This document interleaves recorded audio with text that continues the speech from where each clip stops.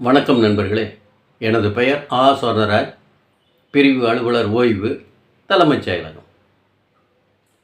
Tamil Nadu government சர்வீஸை பொறுத்த வரைக்கும் ப்ரமோஷன் பாலிசி அப்படின்னு ஒன்று வச்சுருக்கிறாங்களா அப்படின்னா இருக்குது. அதை எங்கே பார்க்கலாம் அப்படின்னா ஒவ்வொரு போஸ்ட்டுக்கான சர்வீஸ் ரூல்ஸ்லேயும் ப்ரமோஷனை பற்றி சொல்லியிருப்பாங்க.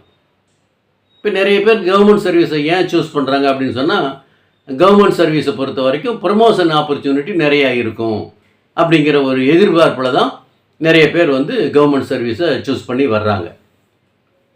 இப்போ ஒருத்தருக்கு எப்போ ப்ரமோஷன் கிடைக்கும்? பீரியடிக்கெலாம் கிடைக்காதுன்னு சொல்கிறீங்க. அப்போ எப்போ தான் கிடைக்கும் அப்படின்னா, அதுக்கு 2 கிரிட்டரியா ஃபுல்ஃபில் ஆகணும். ஒன்று எலிஜிபிலிட்டி கிரிட்டரியா, இன்னொன்று வேக்கன்சி கிரிட்டரியா. இந்த எலிஜிபிலிட்டி கிரிட்டரியா அப்படிங்கிறது என்னென்னு பார்த்தோம்னா, அந்த ப்ரமோஷன் போஸ்ட்டுக்கு போகிறதுக்கு ஒரு கவர்மெண்ட் சர்வெண்ட் முதல்ல எலிஜிபிள் ஆகணும். அந்த எலிஜிபிலிட்டிக்கு சில கண்டிஷன்ஸும் வச்சுருப்பாங்க. ஒன்று, அவர் ஏதாவது ஒரு டிபார்ட்மெண்ட் எக்ஸாமை பாஸ் பண்ணி வச்சுருக்கணும், அல்லது ஏதாவது ஒரு ட்ரைனிங்கை சக்ஸஸ்ஃபுல்லாக முடிச்சிருக்கணும், அல்லது அந்த போஸ்ட்டில் இத்தனை வருஷம் சர்வீஸ் போட்டிருக்கணும் அப்படிங்கிற மாதிரி சில கண்டிஷன்ஸை ப்ரிஸ்கிரைப் பண்ணியிருப்பாங்க.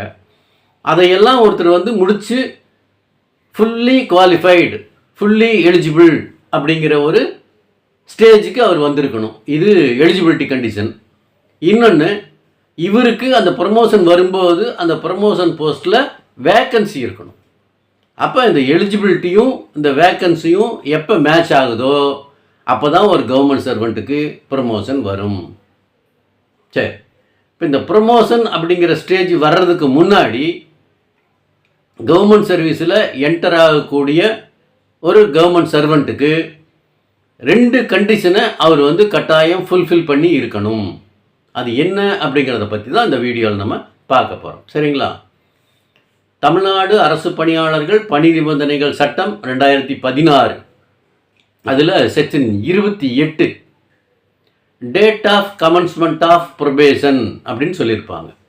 இதைத்தான் நம்ம ரெகுலரைசேஷன் அப்படின்னு சொல்கிறோம், பணி வரன்முறை செய்தல். இதை பற்றி ஏற்கனவே 2-3 வீடியோவில் நம்ம சொல்லிட்டோம்.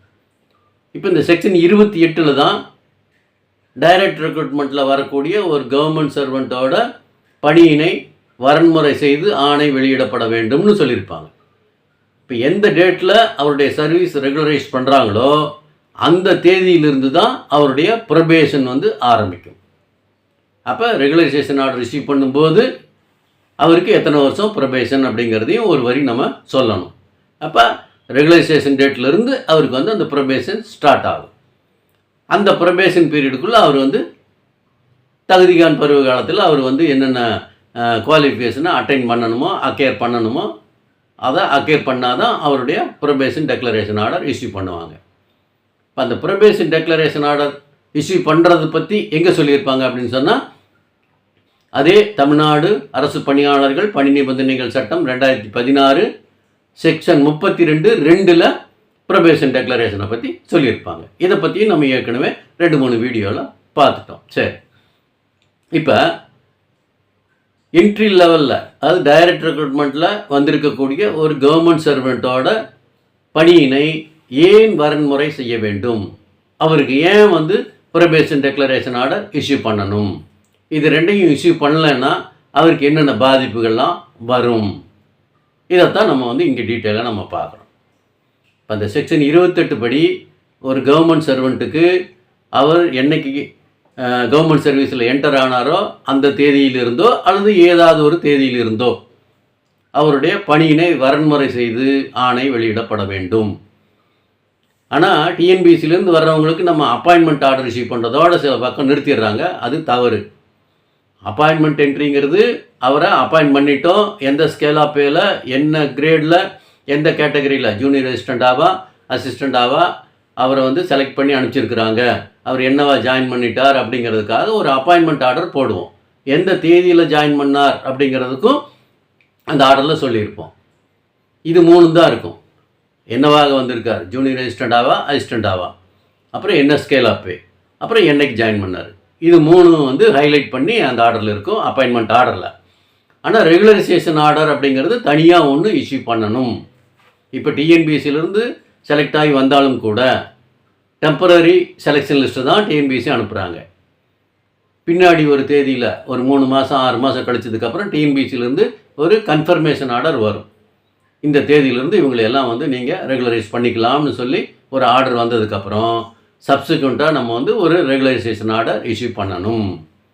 ஒருவேளை இந்த மாதிரி ரெகுலரைசேஷன் ஆர்டர் ஒருத்தருக்கு இஷ்யூ பண்ணலை, அதாவது டைரக்ட் ரெக்ரூட்மெண்ட்டில் வந்தவராக இருக்கலாம், அல்லது கருணை அடிப்படையில் பணி நியமனம் செய்யப்பட்டவராக இருக்கலாம், எம்ப்ளாய்மெண்ட் ஆஃபீஸிலேருந்து வந்தவராக இருக்கலாம், அல்லது வேறு ஏதாவது ரெக்ரூட்டிங் ஏஜென்சி மூலமாக செலக்ட் ஆகி ஒருத்தர் ஃபஸ்ட்டு கவர்மெண்ட் சர்வீஸுக்கு என்டர் ஆகிறார் அப்படின்னு சொன்னால் அவருக்கு ரெகுலரைசேஷன் ஆர்டர் இஷ்யூ பண்ணணும். அப்படி ரெகுலரைசேஷன் ஆர்டர் இஷ்யூ பண்ணாமல் விட்டுட்டா என்ன ஆகும் அப்படின்னு பார்த்தோம்னா, அவர் எந்த தேதியில் ரெகுலர் சர்வீஸில் வந்தார் அப்படிங்கிறத தீர்மானம் பண்ண முடியாது. அப்போ டெம்பரரி அப்பாயின்மெண்ட்டாக தான் அவர் அப்பாயின்மெண்ட்டு இருக்குது அப்படிங்கிறத தான் எடுத்துக்குவாங்க. அந்த ரெகுலரைசேஷன் ஆர்டர் இல்லைன்னு சொன்னால் அவருக்கு நாளைக்கு செலெக்ஷன் கிரேடோ ஸ்பெஷல் கிரேடோ கொடுக்குறதுன்னு சொன்னால் எந்த டேட்லேருந்து அவருடைய சர்வீஸை கால்குலேஷனுக்கு எடுத்துக்கிறது அப்படிங்கிறத நம்மளால் உறுதிப்படுத்த முடியாது. இது ஒன்று. அடுத்தது, ஒருத்தருக்கு ரெகுலரைசேஷன் ஆர்டர் இஷ்யூ பண்ணால் தான் அந்த டேட்லேருந்து அவருடைய ப்ரொபேஷன் ஆரம்பிக்குதுன்னு நம்ம ஆர்டர் இஷ்யூ பண்ணுவோம். அப்போ அந்த டேட்லேருந்து எந்த தேதி வரைக்கும் அவருடைய ப்ரொபேஷன் பீரியடு அப்படின்னு கால்குலேட் பண்ணுறதுக்கு ரெகுலரைசேஷன் ஆர்டர் அப்படின்னு ஒன்று இருந்தால் தான் அந்த டேட்டை நம்ம வந்து அசர்டைன் பண்ண முடியும். அப்போ ப்ரொபேஷன் டெக்ளரேஷனுக்கும் இந்த ரெகுலரைசேஷன் ஆர்டர் தேவைப்படுது. அடுத்ததாக, ஒருத்தர் ரிட்டையர் ஆகிட்டார் அப்படின்னு சொன்னால் அவருக்கு சர்வீஸ் பீரியடை கால்குலேஷன் போடணும். அவருடைய எலிஜிபிள் சர்வீஸ் பீரியடு எத்தனை வருஷம் குவாலிஃபைங் சர்வீஸ் போட்டுக்கிறார் அப்படின்னு சொன்னால் அதுக்கு வந்து டேட் ஆஃப் ரெகுலரைசேஷன்லேருந்து தான் நம்ம வந்து கணக்கில் எடுத்துக்கணும். அப்போ டேட் ஆஃப் ரெகுலரைசேஷன் எடுக்கணும் அப்படின்னு சொன்னால் அதுக்கு வந்து ரெகுலரைசேஷன் ஆர்டர் இஷ்யூ பண்ணியிருந்தால் மட்டும்தான் நம்ம வந்து அந்த டேட்லேருந்து அவர் ரிட்டையர்மெண்ட் ஆக வரைக்கும் இருக்கக்கூடிய அந்த பணிக்காலத்தில் எத்தனை நாள் அவருக்கு வந்து குவாலிஃபைங் பீரியட் அப்படின்னு நம்ம அரைவ் பண்ண முடியும். அப்போ ஒருத்தருக்கு ரெகுலரைசேஷன் ஆர்டர் இல்லைன்னு சொன்னால் அவருக்கு செலெக்ஷன் கிரேடோ ஸ்பெஷல் கிரேடோ கொடுக்க முடியாது, ப்ரொபேஷன் ஆர்டர் இஷ்யூ பண்ண முடியாது, ரிட்டையர்மெண்ட்டுக்கு அப்புறம் அவருடைய சர்வீஸ் குவாலிஃபிகேஷனை நம்ம கால்குலேஷனுக்கு எடுத்துக்க முடியாது. இது எல்லாம் தவிர்த்து இன்னொன்று முக்கியமானது ஒன்று இருக்குது. பணிக்காலத்தில் இறந்து போகக்கூடிய அரசு ஊழியர்களின் குடும்பத்தில் உள்ள தகுதியுள்ள வாரிசு ஒருவருக்கு கருணை அடிப்படையில் பணி நியமனம் வழங்கலாம்னு சொல்லி ஒரு ஸ்கீமே இருக்குது. இப்போ பணிக்காலத்திலிருந்து ஒருத்தர் இறந்து போகிறார் அப்படின்னு சொன்னால் அவருடைய வாரிசுக்கு வேலை கேட்டு விண்ணப்பம் கொடுப்பாங்க. அந்த விண்ணப்பத்தை பரிசீலனைக்கு எடுத்துக்கணும் அப்படின்னு சொன்னால் இந்த இறந்து போன அரசு ஊழியரின் டேட் ஆஃப் ரெகுலரைசேஷனை மெயினாக கேட்பாங்க. அவருடைய எஸ்ஆரில் அந்த பேஜ் எங்கே இருக்குதுன்னு அதனுடைய எக்ஸ்ட்ராக்டை கேட்பாங்க. அப்போ டேட் ஆஃப் ரெகுலரைசேஷன் எவ்வளோ முக்கியம் அப்படிங்கிறது இதில் இருந்து நம்ம தெரிஞ்சுக்கலாம். ஒன்று. அடுத்தது, டெக்ளரேஷன் ஆஃப் ப்ரொபேஷன், தகுதியான் பருவம் நிறைவு செய்தல், அதுவும் வந்து முக்கியத்துவம் வாய்ந்தது.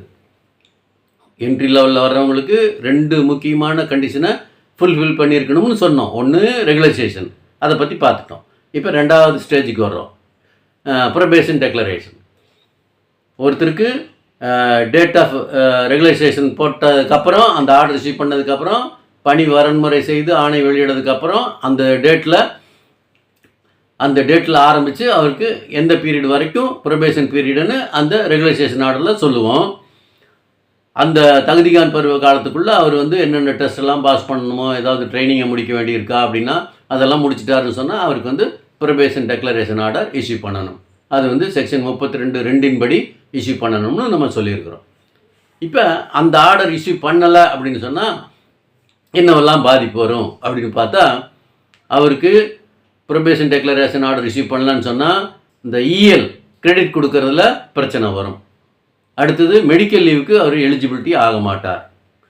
அடுத்தது, தமிழ்நாடு அரசு பணியாளர்கள் பணி நிபந்தனைகள் சட்டம் 2016 செக்ஷன் 41 என்ன சொல்கிறாங்கன்னு சொன்னால், என்ட்ரி லெவல் போஸ்ட்டில் ஒருத்தருக்கு ப்ரொபேஷன் டெக்ளரேஷன் ஆகலை அப்படின்னு சொன்னால் அவருக்கு வந்து ப்ரமோஷனுக்கு எலிஜிபிலிட்டி கிடையாது அப்படின்னு சொல்லியிருப்பாங்க.